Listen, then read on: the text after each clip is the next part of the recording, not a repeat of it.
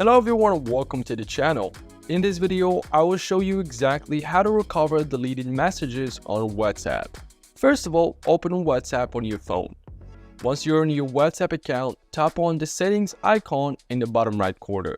Now from the settings, tap on the chats option. In the chat section, you will see the chat backup option. Then tap on the chat backup option. If you back up your chat history and media to iCloud, in case you lose your phone or switch to a new phone, your chat history will be safe. You can restore your chat history and media when reinstall WhatsApp. After creating a backup, you will be able to see all your deleted chats. While it doesn't let you see messages deleted by the sender, a chat backup can help you get back messages that you might have accidentally deleted before making the backup. If your phone is lost, stolen, or damaged, having a recent chat backup makes sure you don't lose important conversations and media files. Making regular backups protects against losing your data.